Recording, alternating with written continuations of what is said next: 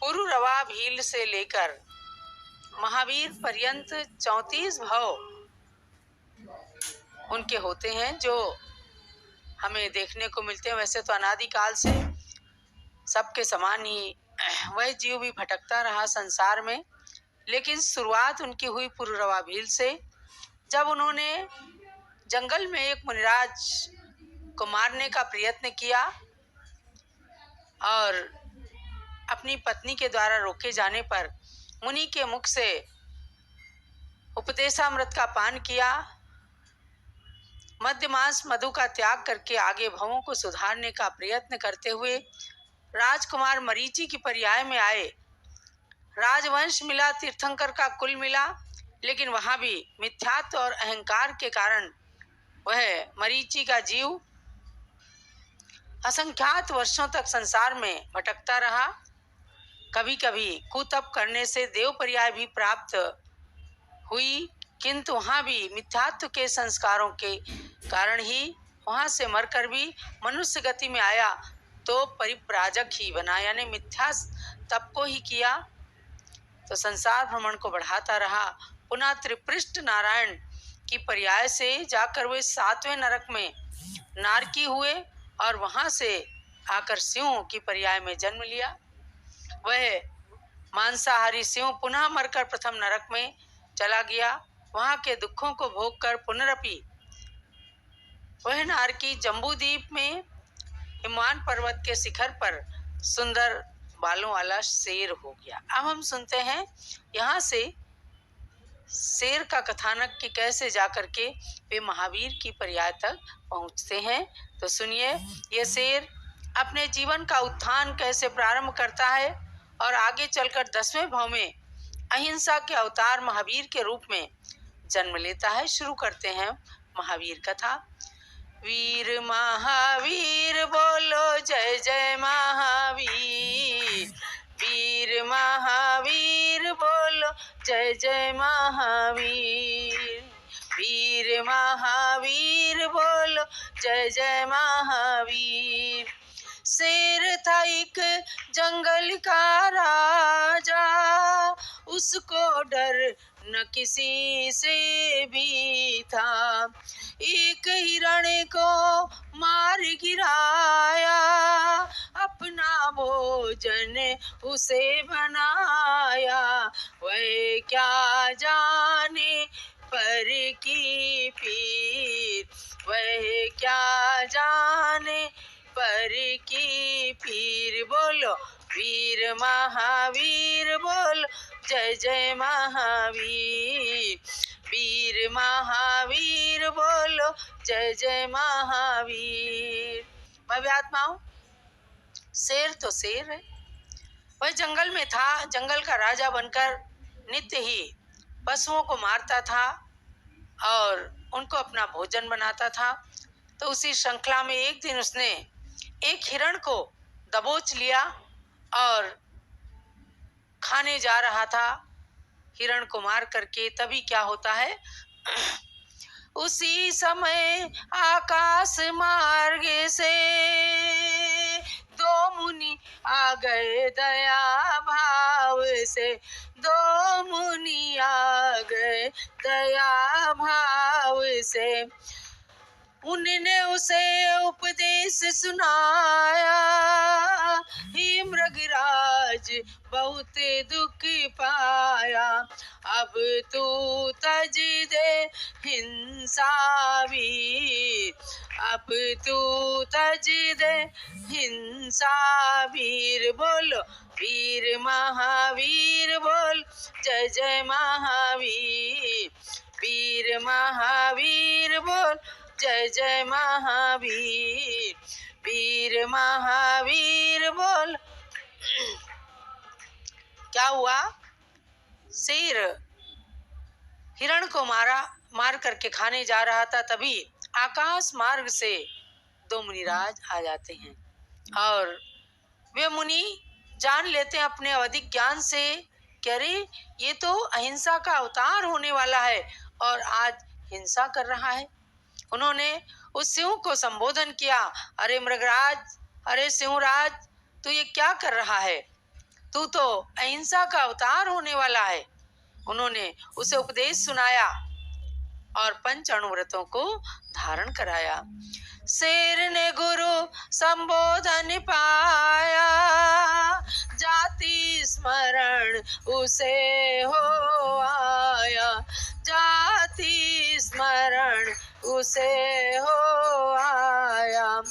पिछले भवों का स्मरण जो आया, आंखों से झर आंसू बहाया, आंखों से झर आंसू बहाया।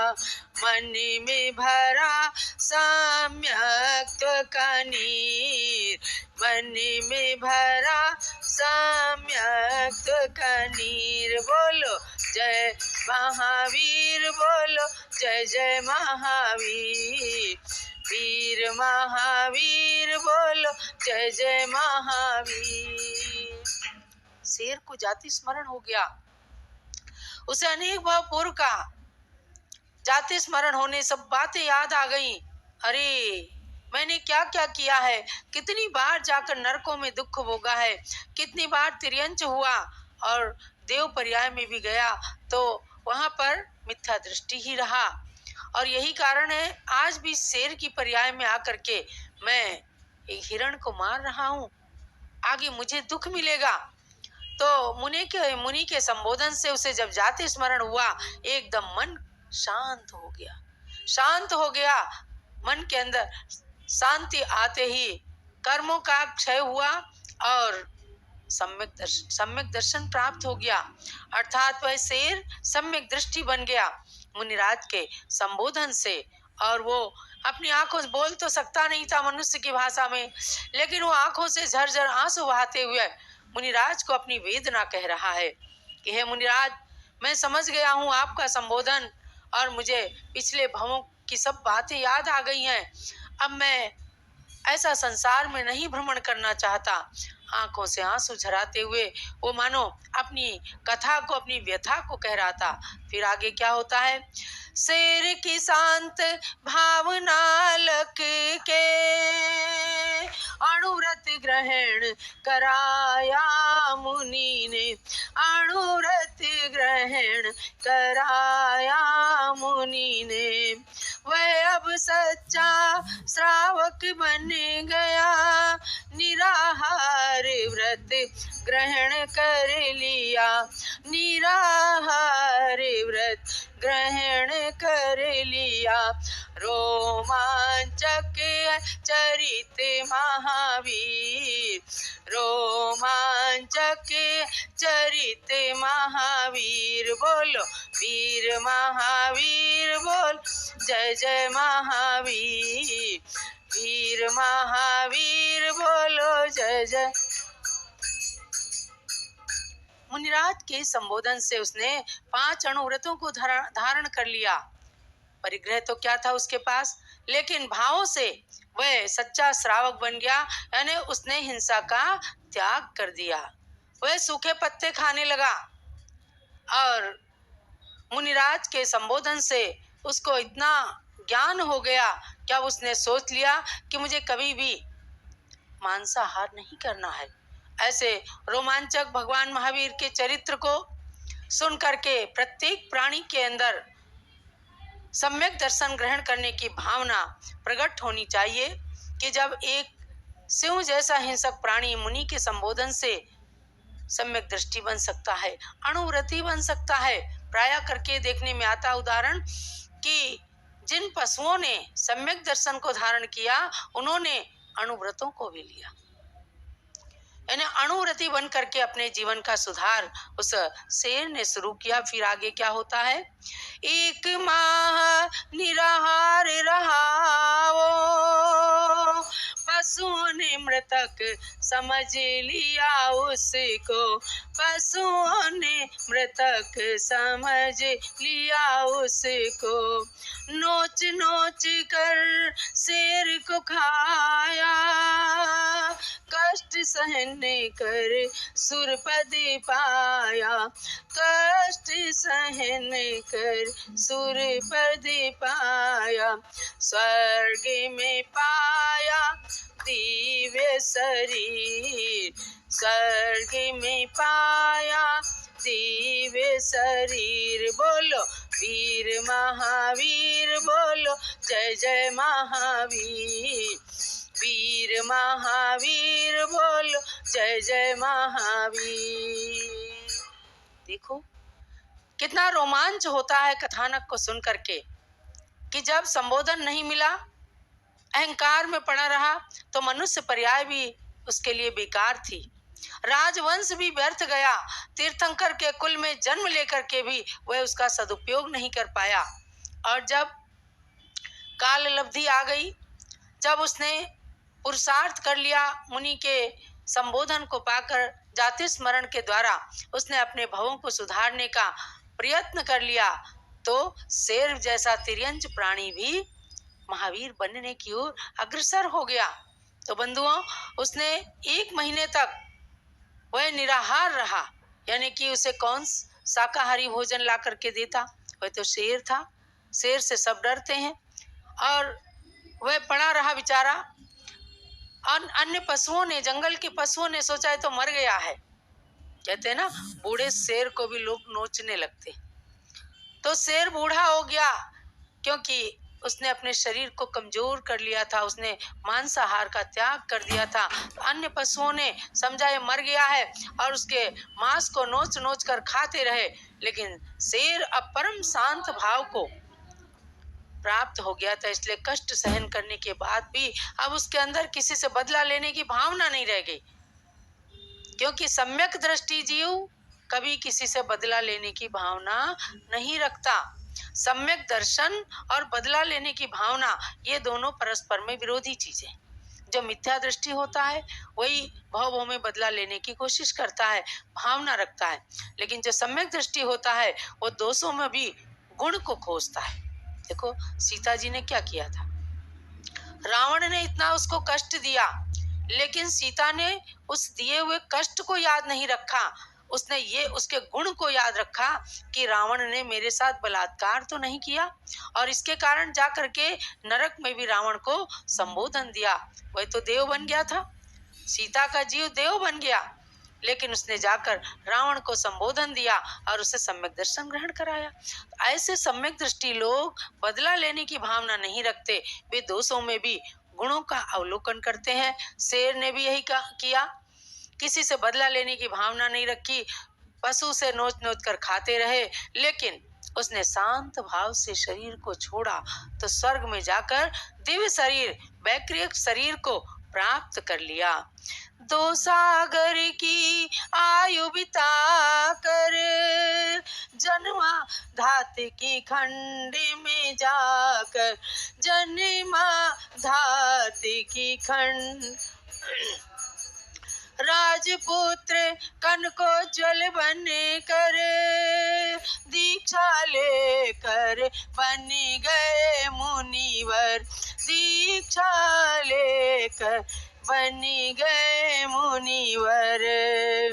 फिर सन्यास से तजा शरीर, फिर सन्यास से तजा शरीर। बोलो वीर महावीर, बोलो जय जय महावीर।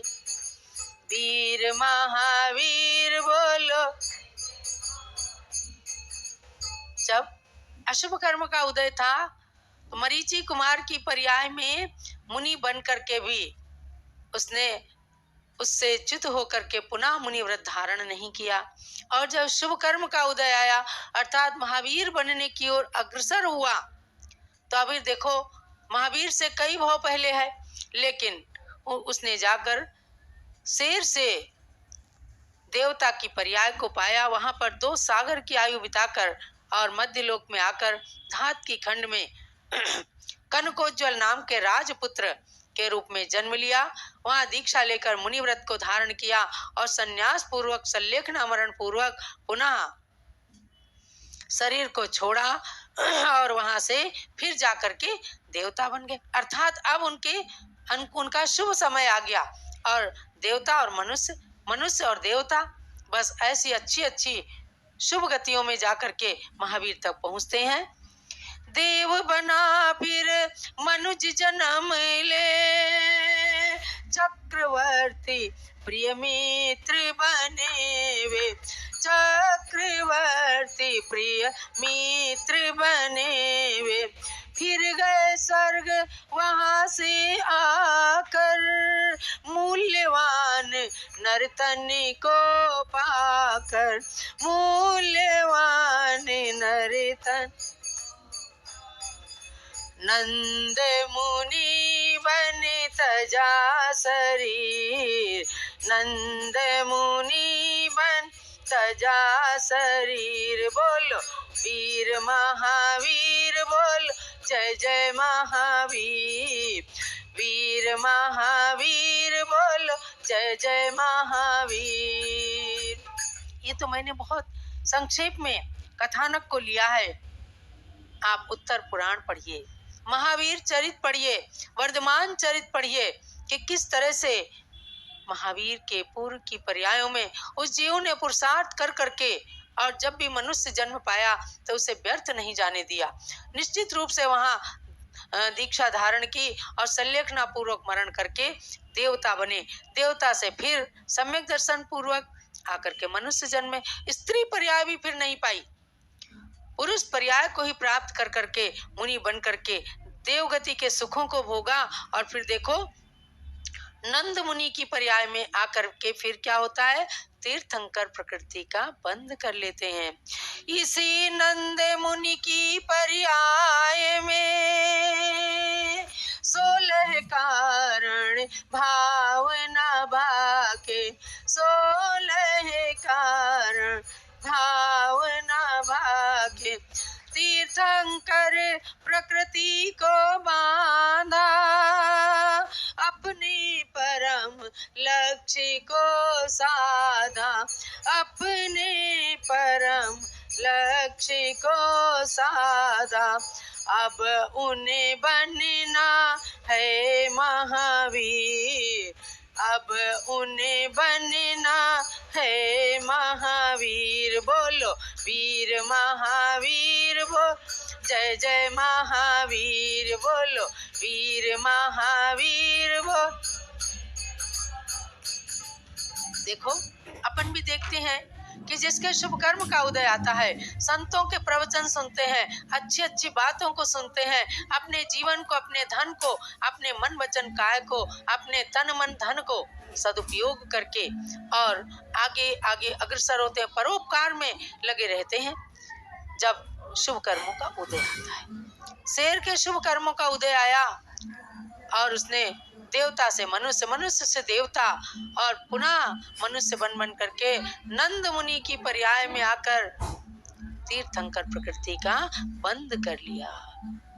तीर्थंकर प्रकृति एक ऐसी प्रकृति है कि फिर उसके बाद में जब बंद करता है जीव, उसके बाद एक बार देवता की पर्याय धारण करनी होती है और पुनः आकर के मनुष्य भाव लेकर के और साक्षात वही तीर्थंकर भगवान बनते हैं। यानी उनकी माता को 16 सपने दिखाई देते हैं, उनके 5 कल्याणक आकर के इंद्र और देवता मनाते हैं। वही पर्याय प्राप्त कर रहे हैं महावीर स्वामी। सुनो बंधु सम्यक की महिमा, 4 बार मुनि बनने की महिमा, 4 बार मुनि आखिर तीर्थंकर पद पाया, जग को मोक्ष का मार्ग बताया, जग को मोक्ष का मार्ग बताया।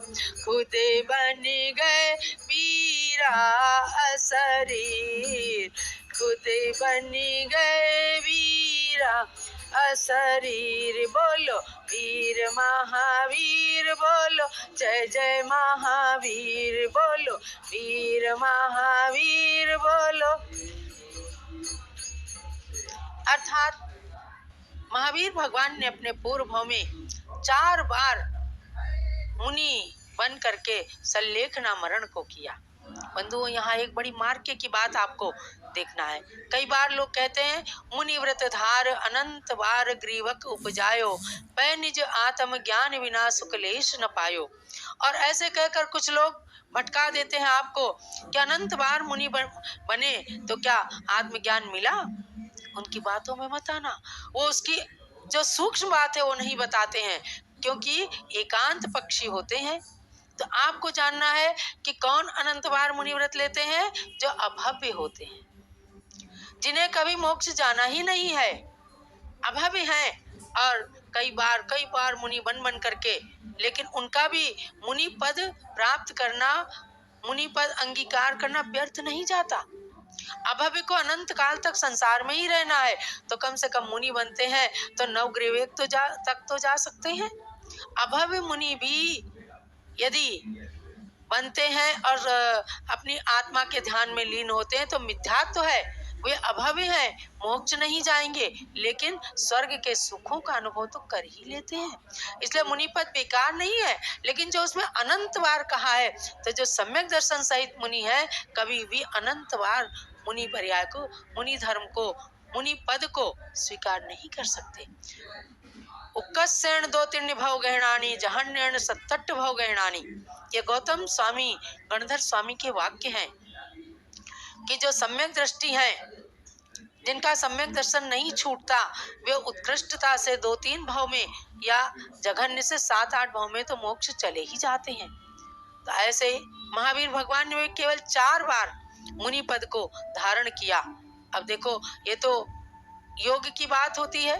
भगवान ऋषभ देव के पौत्र थे, 923 जीव जो भरत चक्रवर्ती के पुत्र थे, उन्होंने जीवन में पहली बार मनुष्य पर्याय पाई और जाकर के पहली बार में मुनि दीक्षा लेकर के भगवान ऋषभ देव के समोसरण में दीक्षा लेकर तपस्या करके मोक्ष चले गए। ये रेयर केस है कि एक ही बार मनुष्य की पर्याय पाएं और एक ही बार मुनि पद को लेकर के तपस्या करके मोक्ष चले जाएं। लेकिन मोक्ष जाने के लिए मुनि पद को अंगीकार करना आवश्यक होता है। निपिच्छो नत्य निर्माणम, पिच्छिका के बिना निर्माण नहीं होता। तो हे बंधुवर, इस कथानक के अंदर कहा गया कि सम्यक्त की महिमा को जानो, और महावीर के पूर्व भाव में उन्होंने जो 4 बार मुनि व्रत को धारण किया, उसकी महिमा आपको जानना है। और आखिर में वे तीर्थंकर पद को प्राप्त कर लिया उन्होंने, और संसार को भी मोक्ष का मार्ग बताया। जब भटक गए तो भटक गए, लेकिन सुधर गए तो सुधरते ही चले गए, तो वे अशरीरी बन गए। अब हम आपको आगे भगवान के गर्भ जन्मादि कल्याणकों को बताएंगे। ये तो हमने आपको पूर्व भावों की बात बताई है। आप तीर्थंकर प्रकृति का बंद कर लिया है, तो अब देव बन करके वहाँ का सुख भोग रहे हैं। कल मैं आपको आगे कल्याणकों की बात बताऊंगी कि कैसे वे गर्भ में आते हैं, कैसे कुंडलपुर नगरी पूज्य बनती है, कैसे माता त्रिशला का मातृत्व धन्य होता है। चलो कुंडलपुर चलना है, चलो कुंडलपुर चलना है, पीर को वंदन करना है, पीर को वंदन